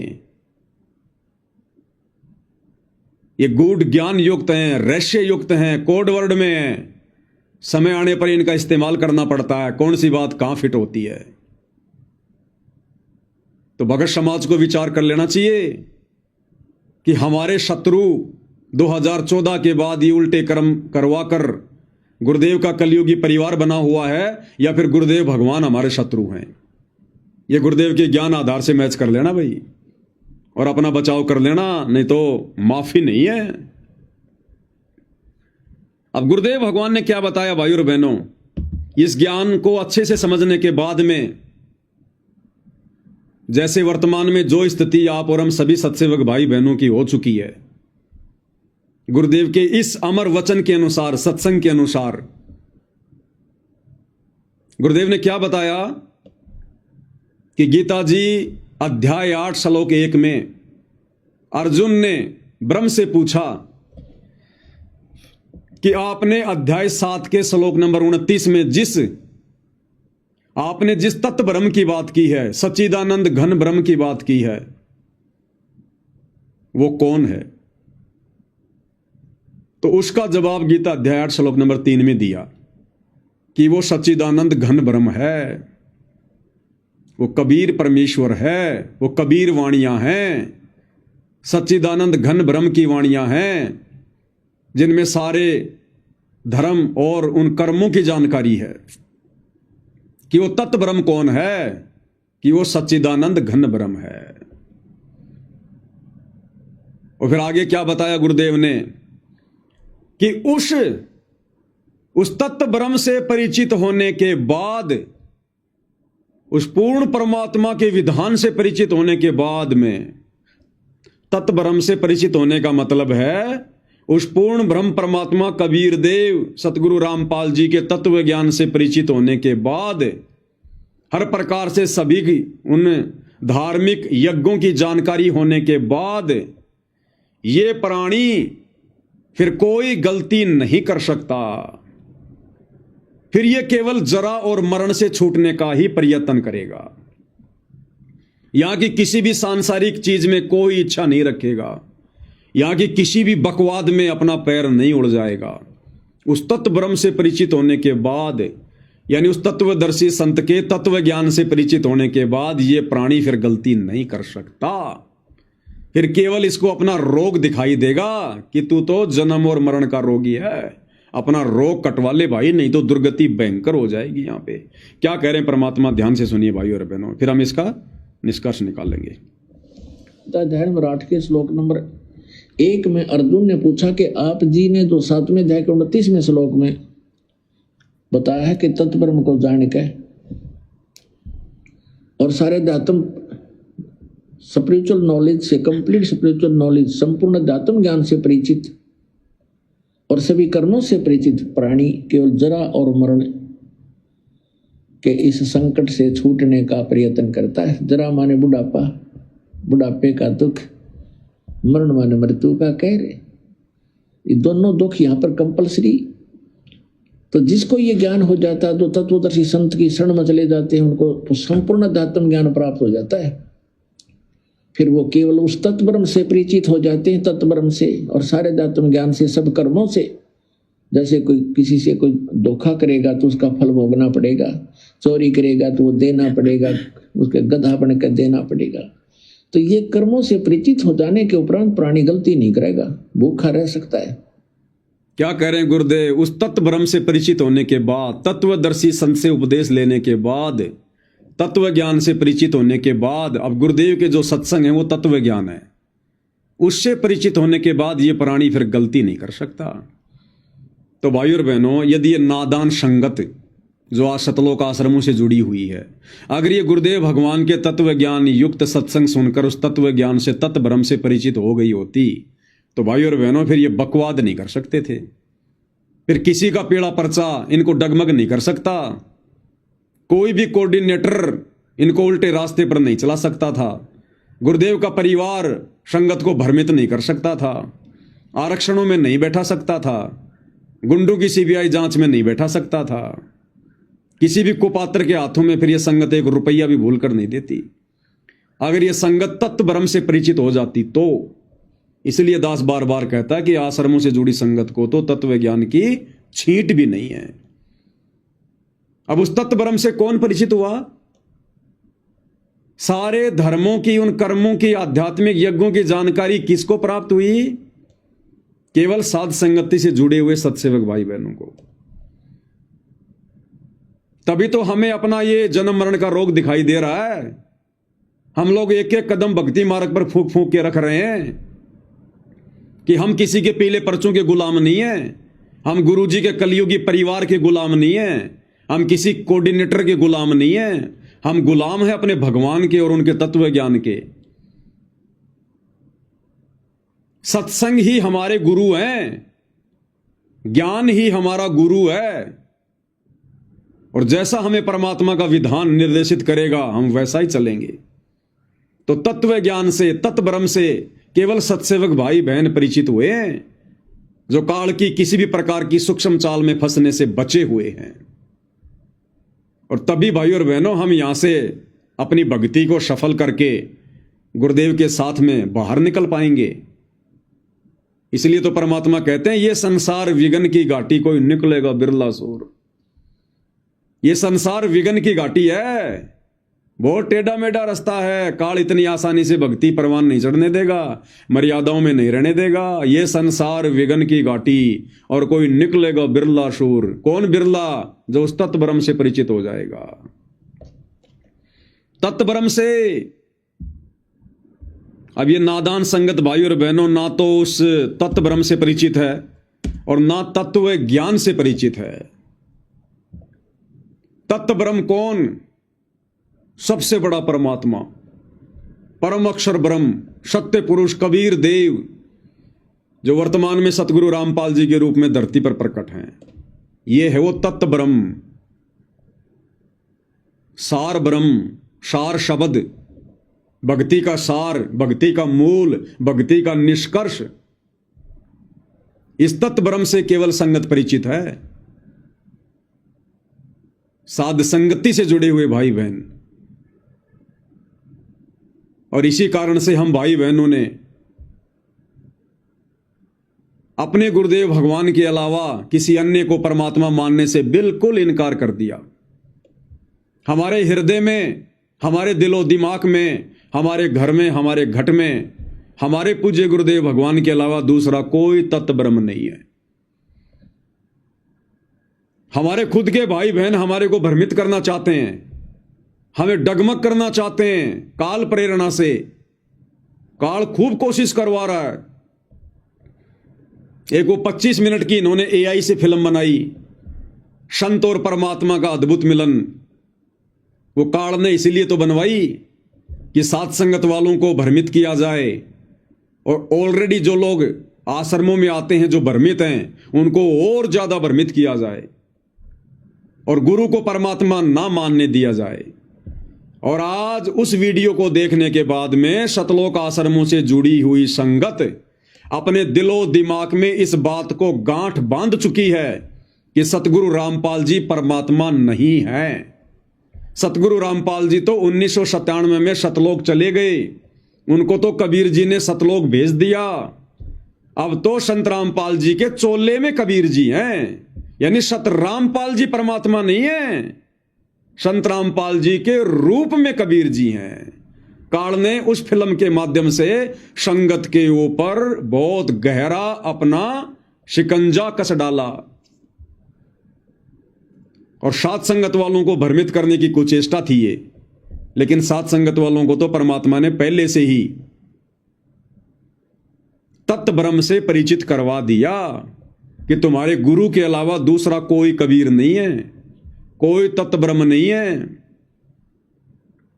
और आज इसी दिशा में भाई और बहनों, आप सभी सत्सेवक भाई बहनों के विश्वास को और अधिक दृढ़ बनाने के लिए आज ऐसा एक और ठोस प्रमाण गुरुदेव के सत्संग से, जो आज से पहले किसी भी भगत भाई बहन ने नहीं सुना होगा, नहीं देखा होगा, सत्संग जरूर सुना होगा लेकिन हमारे दिमाग में वो बात नहीं आई होगी जो गुरुदेव बोल गए। हम लोग बार बार क्या कहते हैं भाई और बहनों कि परमेश्वर अपनी जुबान का पक्का है। कल आपको वीडियो में भी दिखाया था जिसमें गुरुदेव कह रहे थे कि परमात्मा जुबान का पक्का है, उसका विधान कभी डगमग नहीं होता, उसके नियम, उसकी मर्यादा अटल हैं। साध वचन पलटे नहीं, पलट जाए ब्रह्मांड। और 650 साल पहले उसी जुबान के पक्के परमात्मा कबीर जी ने धर्मदास जी के माध्यम से कबीर सागर लिखवाया। और क्या वाणी लिखवाई कि 12वें पंथ हम ही चल आवें, सब पंथों को मिटाकर एक पंथ चलावें।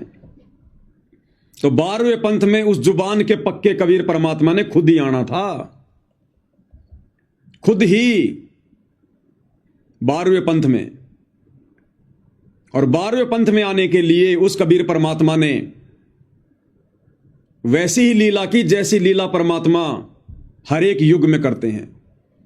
8 सितंबर 1951 को वो कबीर भगवान शिशु रूप में भारत देश की पवित्र भूमि पर प्रकट हुए, गांव धनाना में। हम सब की चरम दृष्टि को धोखा देते हुए काल की दृष्टि को धोखा देते हुए, क्योंकि इससे बड़ा कोई ठगवाड़ा नहीं है। नानक जी कहते हैं, ए ठगवाड़ा ठगी देश, धानक रूप राख करतार। वेदों में इस परमात्मा को तस्करा कहा गया है, तस्करा। आंखों में धूल झोंककर अपना कार्य सिद्ध करने वाला। तो 8 सितंबर 1951 को यह परमात्मा धरती पर सह शरीर प्रकट हुए, क्योंकि ये स्वयंभू परमात्मा है। ना सतगुरु जननी जने जाके माना बाप, पिंड ब्रह्मण से रहित है ना वहां तीनों ताप। सतगुरु कभी किसी मां से जन्म नहीं लेता। हाड़ चाम लहू ना मेरे कोई जाने सतनाम उपासी, तारण तरण अभय पददाता मैं हूं कबीर अविनाशी। अगर हम अपने गुरुदेव को सतगुरु कह रहे हैं तो हमने सतगुरु की परिभाषा से भी परिचित होना चाहिए कि ना सतगुरु जननी जने और जाके माना बाप। यदि आप सतगुरु रामपाल जी को सतगुरु कह रहे हैं तो फिर आपने उनको मां के गर्भ से जन्म लिया हुआ कैसे मान लिया? आप तो दोगला काम कर रहे हैं, दोगली बातें फिर भक्तों की। एक तरफ तो गुरु को सतगुरु कह रहे हैं और फिर उनको मां के गर्भ से जन्म लेकर आया हुआ 2 कोटि का जीव भी समझ रहे हैं, और 8 सितंबर को उनका जन्मदिन मना रहे हैं अवतरण दिवस के नाम पर, और कह रहे हैं हमारे गुरु जी का जन्म हुआ, हमारे गुरु जी का जन्म हुआ। तो इस परमेश्वर ने लीला की आने की, और फिर जब वो निर्धारित समय आया 17 फरवरी 1988 का, उस दिन परमेश्वर ने आदरणीय राम देवानंद जी को, जिन्हें हम अपना दादा गुरु कहते हैं, उनको अपना मुंह बोला गुरु बनाया। जैसे 650 साल पहले काशी में पंडित रामानंद जी को कबीर जी ने लोक दिखावे में अपना मुंह बोला गुरु बनाया। तो 17 फरवरी 1988 को परमेश्वर रामपाल जी ने, इस कबीर भगवान ने, आदरणीय गरीबदास जी के 12वें पंथ में प्रवेश किया। आदरणीय राम देवानंद जी से लीलामय तरीके से उपदेश लेकर, क्योंकि आदरणीय राम देवानंद जी गरीबदास जी के 12वें पंथ के लास्ट गुरु थे, लास्ट गुरु। और परमेश्वर ने उस पंथ में प्रवेश करना था, क्योंकि उनका वो समय आ रहा था, जब आवे 5505 तब ये वचन मेरा होगा साचा। 5000 और 500 जब कलयुग बीत जाए, महापुरुष फरमान तब जग तारण को आए। तो 1997 वाली उस बात को भी परमात्मा ने पूरा करना था। तो वो समय नजदीक आ रहा था, इसलिए परमेश्वर ने 12वें पंथ में प्रवेश करना था। अन्यथा कबीर सागर में उन्होंने जो वाणी लिखवाई, वो वाणी उनकी फैल हो जाती, और भगवान की वाणी फैल हो गई तो समझो भगवान फैल। क्योंकि भगवान क्या है? शब्द है। वाणी क्या है? शब्द है। हम हैं शब्द, शब्द हम माही, हमसे भिन्न और कछु नहीं। शब्द स्वरूपी राम, शब्द ही तो रूप है भगवान का। अगर भगवान का वचन फैल हो गया तो भगवान फैल हो गया, लेकिन वो जुबान का पक्का है। तो उन्होंने जो 650 साल पहले कहा था कि 12वें पंथ हम ही चलावें और सब पंथों को मिटाकर एक पंथ चलावें, तो 17 फरवरी 1988 को परमेश्वर रामपाल जी ने, इस कबीर भगवान ने, आदरणीय गरीबदास जी के 12वें पंथ में प्रवेश किया। और 6 साल एक परम भगत की भूमिका करके 1994 में इन्होंने अपना यथार्थ 13वां कबीर पंथ चलाया। 12वें पंथ हम ही चलावें, 17 फरवरी 1988 को आगे, और फिर सब पंथों को मिटाकर एक पंथ चलावें। अपने ज्ञान से इन्होंने सारे पंथों को मिटाया, और 1994 में परमेश्वर ने अपना नया 13वां पंथ चलाया। अब गुरुदेव भगवान क्या कह रहे हैं भाई और बहनों? हमारे विश्वास को परमात्मा और अधिक दृढ़ता दे रहे हैं छोटे से सत्संग में। और इस सत्संग में पूज्य गुरुदेव भगवान क्या कह रहे हैं? आपने हर एक सत्संग में सुना होगा जिसमें गुरुदेव भगवान कहते हैं कि मुझ दास को अपने पूज्य गुरुदेव जी से 1993 में सत्संग करने की आज्ञा मिली और 1994 में नाम उपदेश करने की। लेकिन आज क्या कह रहे हैं गुरुदेव भगवान? सारा मसाला, सारे संकेत गुरुदेव ने इन्हीं सत्संगों में छुपा कर रखे हैं, लेकिन समय आने पर परमात्मा उनका खुलासा कराते हैं ठीक के समय पर। इस सत्संग में क्या कह रहे हैं गुरुदेव भगवान? कह रहे हैं कि पुण्यात्माओं, इस दास ने सन 1988 से सत्संग करना प्रारंभ किया था। कब से? 1988 से। पहले आप गुरुदेव भगवान के मुख कमल से सुनिए भाई और बहनों, फिर आपको समझाते हैं कैसे। आपको दास ने बहुत बार बताया इन वेदों और गीता जी और पुराणों का ज्ञान दास को सन 2000 में हुआ। उससे पहले सन 1988 से सन 2000 तक 12 वर्ष तक इस दास ने इस गरीबदास साहिब जी की वाणी के आधार से सत्संग किया।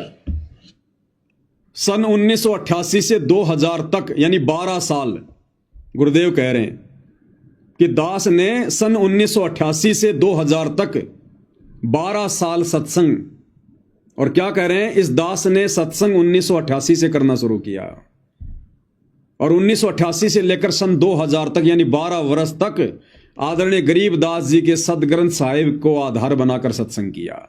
एक बार फिर से सुन लो भाई और बहनों। 12 वर्ष तक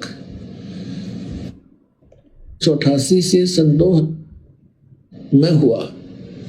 उससे पहले सन 1988 से सन 2000 तक 12 वर्ष तक इस दास ने इस गरीबदास साहिब जी की वाणी के आधार से सत्संग किया, और इसके आधार से जो सत्संग किया वो भी हमारे जो पुराने भक्त उनको सबको मालूम है, वो कैसेट अभी तक उनके पास उपलब्ध है। और फिर ये सदग्रंथों प्रमाण देखे, ओए होए, अब क्या बताते हैं।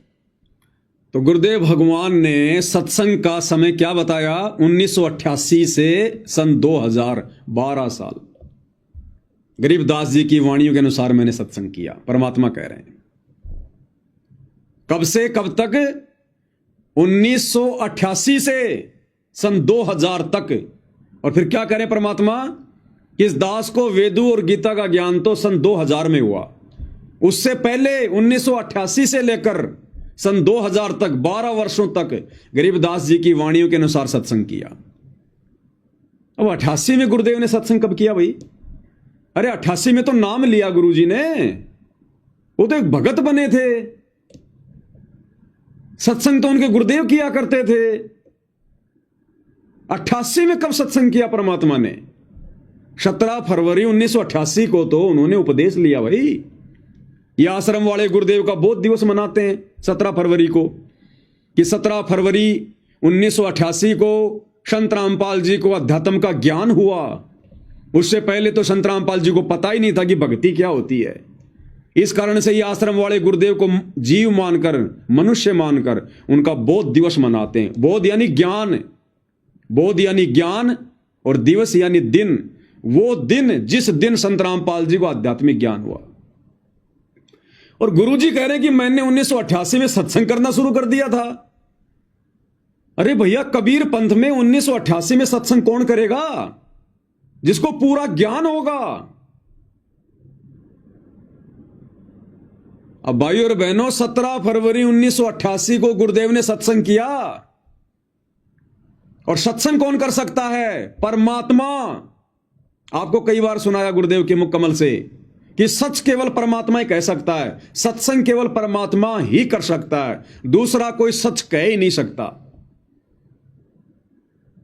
अब यहां गुरुदेव क्या कह रहे हैं कि इस दास ने 1988 में सत्संग करना शुरू कर दिया, और सत्संग कौन कर सकता है? सुन लो। परमात्मा, सत्संग परमात्मा ही किया करते हैं, क्योंकि सत्य भगवान ही बोल सकता है, सत्य परमात्मा ही बता सकता है। क्लियर हो गया? सत्संग परमात्मा ही कर सकता है, भगवान ही करता है। और गुरुजी कह रहे हैं कि मैंने 1988 से सत्संग करने शुरू कर दिए थे। तो भाई और बहनों, पहला सत्संग गुरुदेव ने कब किया? इस कलयुग की बिचली पीढ़ी में 17 फरवरी 1988 को। और 17 फरवरी 1988 को पहला सत्संग यानी पहला ज्ञान, पहला उपदेश किसको दिया?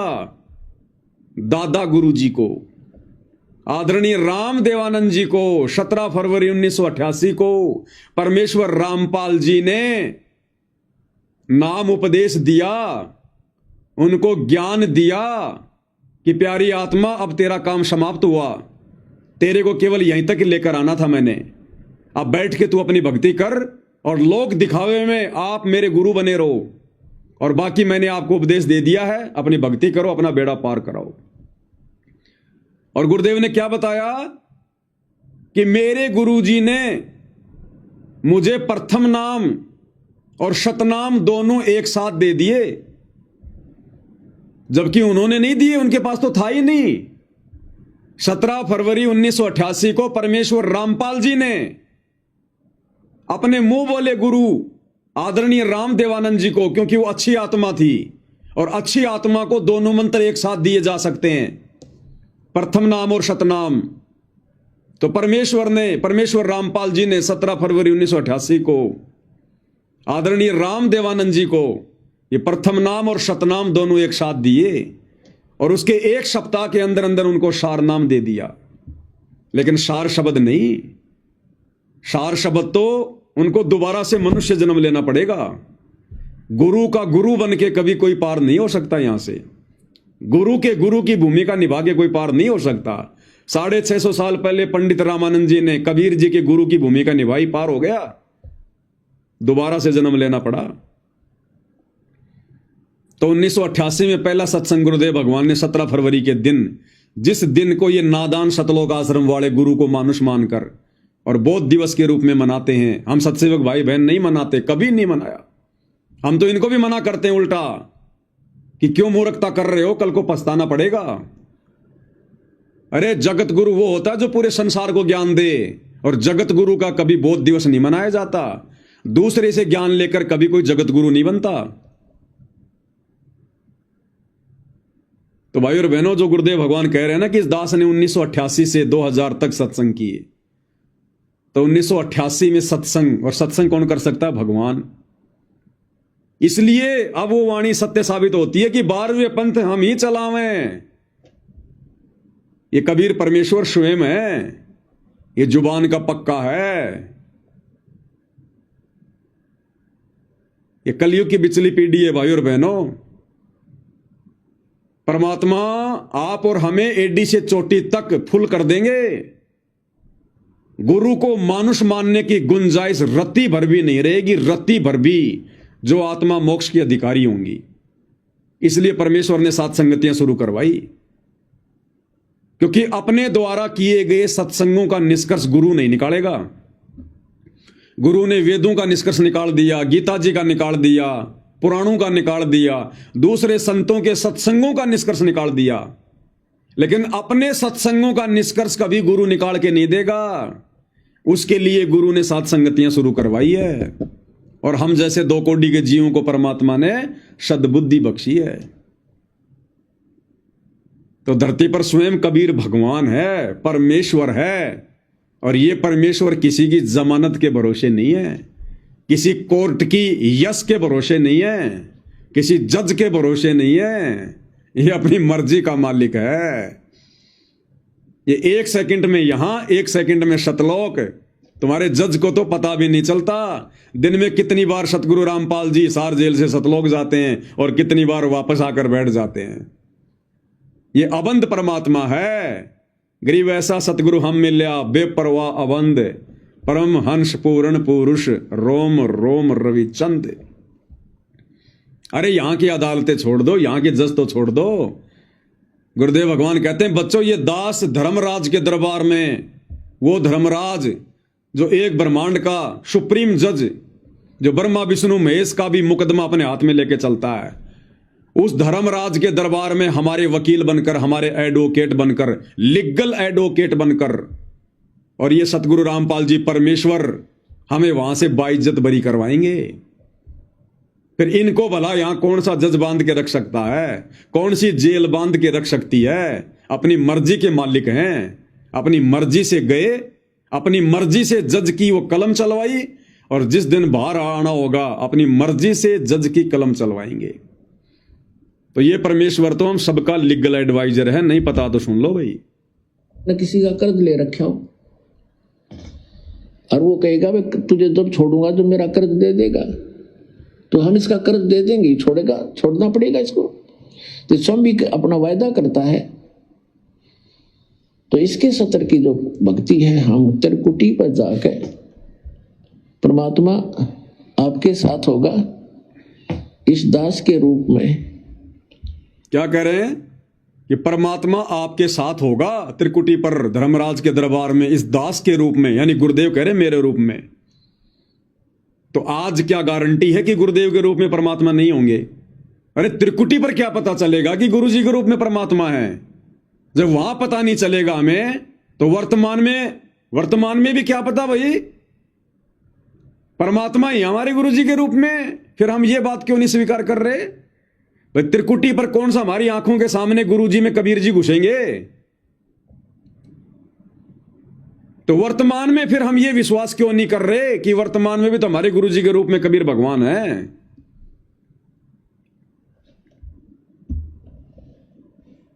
आपके सारे अकाउंट कराएगा।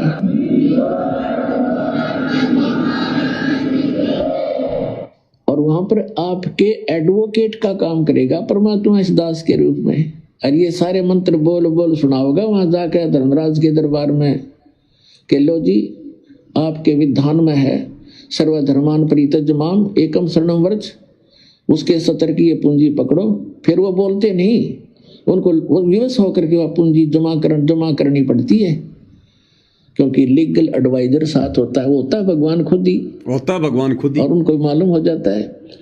तो इस प्रकार पुण्यात्माओं किसी भी ऑफिस में आप जाते हो और आपका एडवोकेट साथ हो, तो वो आधे वैसे डिप्रेस हो जाते हैं कि जानकार आदमी है, वो अटपट करोगे तो तुम्हारी फिर बात बिगड़ जाएगी।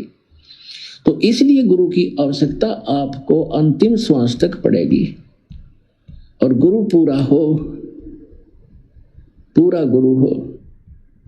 अब भाई और बहनों, यहां के जजों को तो भारत देश के संविधान का भी पूरा ज्ञान नहीं होता। सुप्रीम कोर्ट के जज को भारत के संविधान का भी पूरा ज्ञान नहीं होता। उसको भी देखना पड़ता है खोल खोल के। और फिर पूरी दुनिया में कितने देश, कितने संविधान, और फिर 5 करोड़ पृथ्वियां तो अकेले स्वर्ग में हैं। वहां के कितने जज होंगे, कितना संविधान होगा।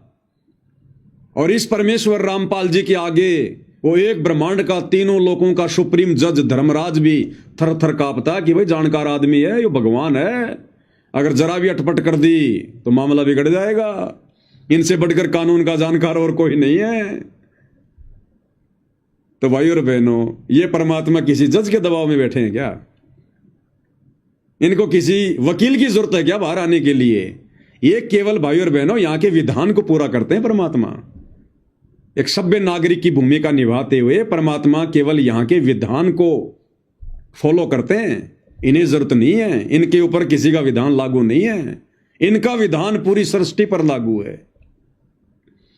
तो आप और हम सत्सेवक भाई बहनों का सौभाग्य जो हमें ऐसे परिपूर्ण अदली न्यायकारी परमात्मा मिले हैं। तो अब भाई और बहनों, हमारे हृदय में कैसे समा सकती है ये बात है कि हमारे गुरुजी केवल मानुष हैं, एक जीव हैं। 1997 में सतलोक चले गए, इनके चोले में कबीर जी आकर अपना काम कर रहे हैं। अरे चोले में आकर तो ये काल करता है काम। जैसे गीता का ज्ञान देते समय श्री कृष्ण जी के चोले में घुस गया, दूसरे के शरीर में घुस के अपना काम काल करता है, भगवान नहीं करता। उन्हें जरूरत नहीं है। कल आपने सुना परमात्मा वाणी में क्या कह रहे थे? पूर्ण ब्रह्म है आप विधाता, जब चाहे चोला धर आता। जब चाहे परमात्मा चोला धार के आ जाएगा। इन्हें जरूरत नहीं है किसी के शरीर को काम में लेने की, किसी के अंदर घुसने की, या कोई अपना दास भेजने की। तो ये काल भाई और बहनों सूक्ष्म रूप में इन आश्रम वालों के माध्यम से पूरी संगत पर छाया हुआ है। आप और हम बेखबर हैं, ये काल बेखबर नहीं है। ये अपना भोजन इतनी आसानी से नहीं जाने देता। ये बैकग्राउंड में पूरी लड़ाई लड़ रहा है। तो हम सत्सेवक भाई बहनों के ऊपर कितनी रजा, कितनी बड़ी मेहर।